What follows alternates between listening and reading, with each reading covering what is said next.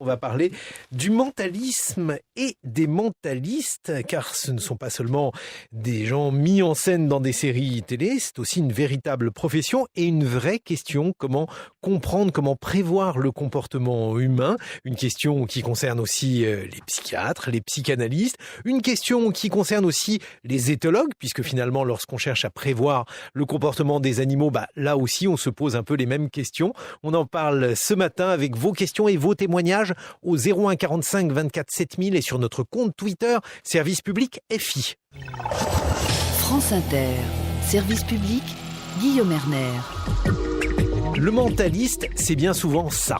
Et si c'était une querelle d'amoureux qui s'était mal terminée? C'est possible, c'est vrai, mais c'est pas ce que je ressens. Qui c'est celui-là? C'est un consultant, il travaille pour le CBI. Il nous suit partout, il fait partie des bagages. Un consultant. Vous êtes quoi? Clairvoyant, extra-lucide? Vous avez des pouvoirs? Un extrait de la série Le Mentaliste, et ce n'est pas qu'une série, c'est aussi une profession, c'est aussi une question. On en parle ce matin en compagnie de notre psy du mercredi, Serge Effez. Salut Serge. Bonjour. Et puis enfin, le mentaliste, c'est Pascal de Clermont. Bonjour. Bonjour. Vous êtes mentaliste professionnel depuis 1988. Vous avez exposé en quoi consistait votre pratique dans « Et si vous deveniez mentaliste » aux éditions Hachette. Et vos enfants sont hyper mentalistes, mais vous ne le savez pas. Et moi, je ne sais pas exactement ce qu'est un mentaliste. Pascal de Clermont. Un mentaliste, c'est une personne qui travaille, développe, enseigne comment optimiser les capacités mentales, que ce soit du côté cognitif, communication, mémoire, logique, mais aussi observation, hyper-observation, comme on voit dans le film Le Mentaliste, dans la série, et aussi tout ce qui est anticipation, travail de communication mentale. Donc c'est assez large. Globalement, c'est tout ce que les capacités humaines, mentales recèlent. On verra que l'instinct, qui est caractéristique souvent des animaux, fait partie des capacités mentalistes numéro 1, je dirais. Beaucoup de capacités n'étant que des béquilles pour retrouver ce naturel. Comment devient-on mentaliste? On devient mentaliste d'abord parce qu'il y a un inné assez important, des facilités innées, tout simplement. Après, il y a des acquis derrière et un contexte pour avoir la possibilité de l'exploiter, d'en vivre, et une passion pour ça. Mais cette passion est née du contexte, est née de l'inné de base. J'aime pas dire le mot don, parce que dans ce domaine-là, le mot don prend tout de suite une connotation magique. On dirait quelqu'un a le don pour la danse, le don pour la musique. On n'y voit rien d'étrange, de magique. On dit là, le don du mentalisme, il a le don de la perception. Tout de suite, ça prend un aspect magique, alors que pas spécialement. C'est simplement une configuration mentale innée qui facilite l'accès à certaines fonctions de communication, de méta-observation, en fait d'observer ce que les autres ne voient pas, les tout petits détails. Par exemple, donnez-nous un exemple concret. Ça peut être aussi bien au niveau des changements dans la voix, des changements au niveau de la couleur du cou, de petits mouvements autour de la bouche. Ça peut être le changement d'odeur d'une personne, mais ça, un animal va le ressentir, par exemple. Ça veut dire que vous pouvez, par exemple, savoir quand quelqu'un ment? On va savoir quand une personne émet l'idée de mentir, parce qu'on ne peut jamais déceler qu'est-ce qu'un mensonge ou une vérité, parce que c'est très subjectif. On peut déceler les perturbations chez une personne qui sont propres à son acte de mentir. Mais il faut encore qu'il y ait une vraie motivation. Quelqu'un qui va donner 10 phrases avec une qui contient un mensonge, il n'y a pas de motivation, il n'y a rien. Elle ne va pas trahir son mensonge, entre guillemets. Mais quelqu'un qui va vraiment vouloir donner une image fausse ou faire passer un message faux, là, va avoir ce qu'on appelle une incongruence, c'est-à-dire qu'il va y avoir des choses non cohérentes dans son comportement, et c'est ce qu'on va essayer de spotter. Eh bien, on va essayer de comprendre comment on peut comprendre les autres, comment on peut comprendre les autres êtres humains, les autres chiens. On en parle tout de suite après Saint-Germain Real Blues, un disque choisi par Stéphanie Texier et Thierry Dupin. Service public sur France Inter, un service public consacré aux mentalistes, les mentalistes qui s'intéressent aux hommes, par exemple Pascal de Clermont qui est des nôtres, qui a notamment publié « Et si vous deveniez mentaliste » aux éditions Hachette, et puis enfin Serge Effez qui est une sorte de mentaliste puisqu'il est psychiatre et psychanalyste. Il a écouté Pascal de Clermont expliquant en quoi consistait sa pratique. Qu'en pensez-vous, Serge, du mentalisme ? Je dirais que ça a quelque chose de très familier, évidemment, pour quelqu'un qui écoute et qui s'intéresse au psychisme humain. Vous savez, les psychanalystes qui s'intéressent au développement du nourrisson aujourd'hui, eh bien, ils découvrent, et Pascal de Clermont en parle dans ses livres, les extraordinaires facultés spontanée des nourrissons. Ils ont ce qu'on appelle une perception amodale, c'est-à-dire que nous percevons soit avec notre goût, avec notre odorat, avec notre toucher, avec nos oreilles, et tout ça, c'est des perceptions séparées. Les nourrissons, c'est comme s'ils avaient une perception supérieure qui englobe tous les sens. Et c'est comme s'ils avaient des capacités de transcodage, c'est-à-dire de transformer ce qu'ils perçoivent avec une modalité dans une autre modalité. Et ça leur donne une perception naturelle, spontanée, instinctuelle, comme vous disiez, tout à fait extraordinaire. Et ce type de perception qui leur permet de découvrir le monde, d'avaler le monde autour d'eux, de percevoir des milliers de choses que nous ne percevons plus par la suite, eh bien ce type de perception, effectivement, ils les perdent parce que petit à petit, ils acquièrent le langage et que le langage les fait fonctionner à un niveau beaucoup plus intellectuel. C'est comme si ça séparait finalement les représentations du corps et toutes ces expériences du corps, tout cet appui sur les perceptions, ils le perdent. Pascal de Clermont, est-ce que ça veut dire, puisque vous avez écrit sur les enfants, vous avez écrit un livre qui s'intitulait « Vos enfants sont hyper mentalistes, mais vous ne le savez pas », cela signifie-t-il que les enfants, selon vous, ont des capacités et que les adultes non plus ont perdu ou ignorent à leur âge? Tout à fait. Tout à fait, et je suis tout à fait d'accord dans la manière dont le présente Serge. Cette perception globale, on va la perdre, mais on peut la retravailler. Et les enfants, jusqu'à peu près l'arrivée à l'école maternelle, vont conserver ça beaucoup plus facilement. Après, ils vont se normaliser. On va leur faire perdre ça. D'abord, il faut les formater parce que ça rentre mieux dans la société. On va les marginaliser parce que les autres n'ont pas forcément ces capacités. Ils vont lentement rentrer dans le rang, en perdant une forme d'instinct naturel de perception globale, de perception multidimensionnée, cette capacité à percevoir d'autres choses que simplement ce que nos sens nous disent, on va leur enlever. C'est pas qu'ils la perdent, mais on va leur enlever. Et simultanément, on va aussi leur apprendre que c'est pas bien. Et ensuite, par rapport à ça, il va y avoir le problème de l'empathie.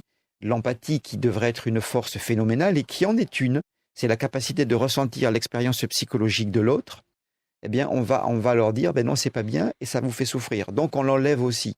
En quelque sorte, le langage, effectivement, et plein de manières de formater vont faire en sorte que l'enfant va ne plus être et ne plus avoir toutes ces possibilités fabuleuses. Mais attention, ces possibilités, ça se retravaille, ça se redécouvre. J'essaye de comparer ça comme une mine, une mine de diamants dont les pierres seraient à fleur de terre. Et ça, c'est quand on est jusqu'à 3-4 ans. Et après, au fur et à mesure, il y a des couches de terre qui se rajoutent dessus. Et plus on va attendre pour travailler dessus, plus il va falloir creuser pour retrouver ces joyaux. Mais ils sont là.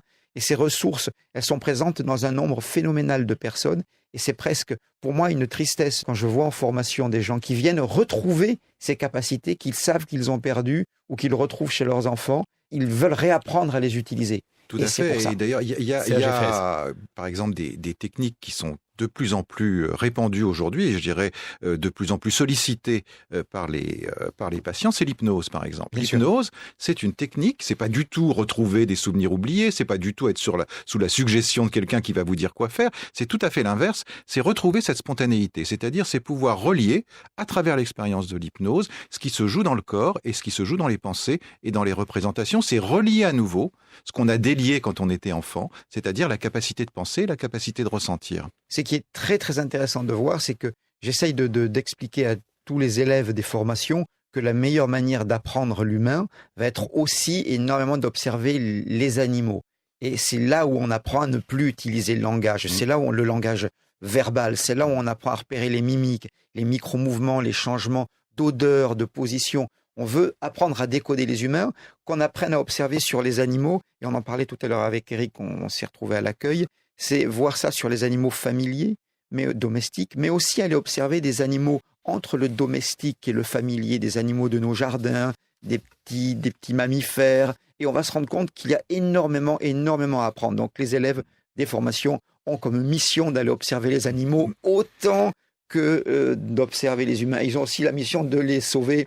Mais ça, c'est aussi un combat personnel. Mais d'ailleurs, il y a des enfants et même des adultes qui se soignent au contact des animaux. Bien entendu. Il y a ce qui s'appelle l'équithérapie, par exemple, qui est absolument passionnante et qui permet à des jeunes filles qui ont des gros troubles alimentaires, par exemple, de retrouver leur corps, de s'ajuster mieux avec leur corps en s'ajustant dans la relation à l'animal. Et combien d'enfants autistes sont améliorés par la présence d'un chien à leur domicile.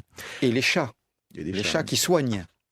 service public sur France Inter, un service public consacré aux mentalistes, les mentalistes qui cherchent à décrypter les comportements humains comme Pascal de Clermont, ceux qui travaillent plutôt sur les animaux comme Éric Bonnefoy.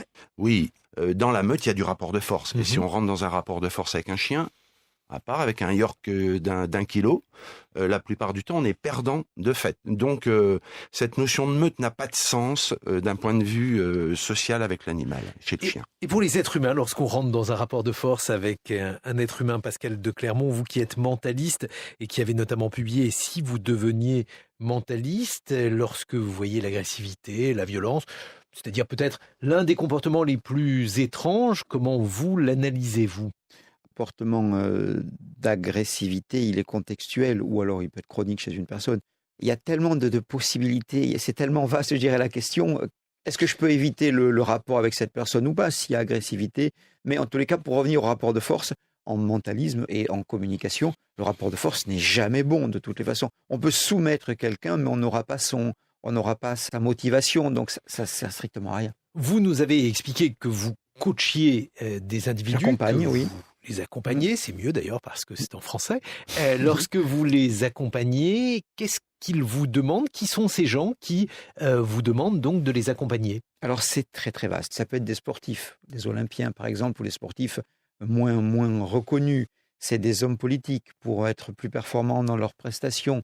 C'est aussi des artistes pour travailler sur leur stress, leur créativité. Ça peut être des gens qui ont besoin d'une hyper-perception. J'ai eu des joueurs de poker, des avocats, des juges, j'ai eu des gens de la police, des gens de services de sécurité gouvernementaux moins officiels que la police. Le mentalisme, c'est un petit peu comme de l'eau. C'est-à-dire, vous le mettez dans une bouteille ronde, ça devient rond. Vous le mettez dans une bouteille carrée, ça devient carré. On a des applications phénoménales, aussi bien que ça soit en accompagnement, que ça soit en compréhension de l'autre, que ça soit en négociation, que ça soit en influence, que ça soit en développement de capacité. C'est phénoménal. Serge Effez, vous, lorsque quelqu'un vous appelle pour prendre rendez-vous avec vous à votre cabinet de psychanalyste, vous avez également la possibilité de savoir qui vous avez au bout du fil, de savoir qui vous allez rencontrer lorsque cette personne va venir s'asseoir ou s'allonger dans votre cabinet. Ah mais oui, mais c'est tout à fait extraordinaire. Alors est-ce que ça s'est créé avec 30 ans de pratique ou est-ce que c'est une capacité que j'avais auparavant? Je ne sais pas, mais 40 secondes de conversation au téléphone pour prendre un rendez-vous, et c'est tout un univers qui s'ouvre. Je sais déjà quasiment qui est la personne qui va venir, qu'est-ce qui va se passer entre nous. Vous savez, ce qui est très, très important dans ce que dit Pascal de Clermont, c'est que ce qu'il faut comprendre, c'est qu'on est rarement dans l'expérience de ce qui est en train de se passer. On est toujours soit dans l'anticipation, soit dans le souvenir, soit dans l'essai de compréhension avec notre esprit. Mais vivre l'expérience avec quelqu'un, c'est laisser tous ses sens ouverts, laisser le corps parler en même temps que les pensées. Et c'est relier la parole avec le corps. C'est incarner la parole dans le corps. Lorsque on est dans cette expérience-là, eh bien, il y a une foule de choses de l'autre qui nous apparaissent et qui nous apparaissent évidents. Et je crois que... Eh bien, comment des souvenirs ont marqué son corps, par exemple. Comment certains aspects du corps qui peut paraître un petit peu meurtri, un petit peu empêché, un petit peu retenu, eh bien, peuvent être la marque dans le corps de certains traumatismes, et parfois même de traumatismes que lui-même n'a pas reçus, mais qui lui ont été transmis à travers les générations par un de ses parents. Donc, si vous voulez, c'est cet ensemble de perceptions qui donne l'impression que c'est magique, que parfois on perçoit des choses alors qu'on ne vous en a pas parlé, mais c'est juste laisser d'une certaine façon les mots s'incarner différemment. Ce qui veut dire que lorsqu'on est maire ou lorsqu'on va le devenir, par exemple, il faut être extrêmement serein, travailler sur son aptitude à demeurer zen. Non, c'est parce que c'est la vie, qu'on a le droit d'être en colère, qu'on a le droit d'être triste, qu'on a le droit d'être angoissé. Mais par contre, on peut l'exprimer. Et on peut l'exprimer à l'enfant, c'est-à-dire qu'on peut ratifier ce qu'on imagine que l'enfant est en train de ressentir avec des paroles qui vont lui expliquer ce qui se passe et qui vont l'apaiser. On a soulevé 2 points phénoménaux et principaux là.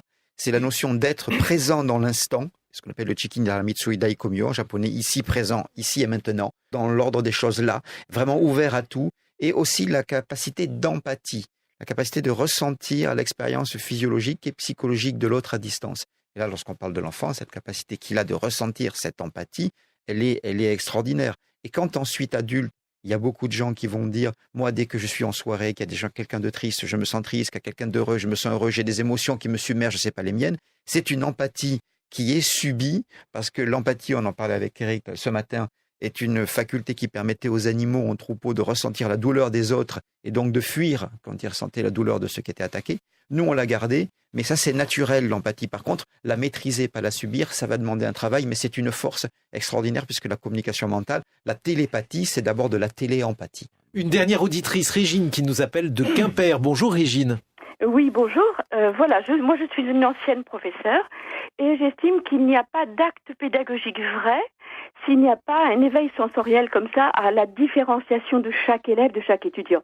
Je pense que c'est par le non-verbal, d'abord, que l'on individualise la pédagogie. Qu'est-ce que vous en pensez, Pascal de Clermont ? Oui, je suis tout à fait d'accord. La communication passe bien au-delà du verbal. Le verbal, c'est ce qui va masquer tout le reste. Et justement, on développe 95%, on va passer par ce non-verbal. Le non-verbal, ça peut être aussi bien une intonation dans la voix qu'un geste, qu'un changement d'odeur de la personne.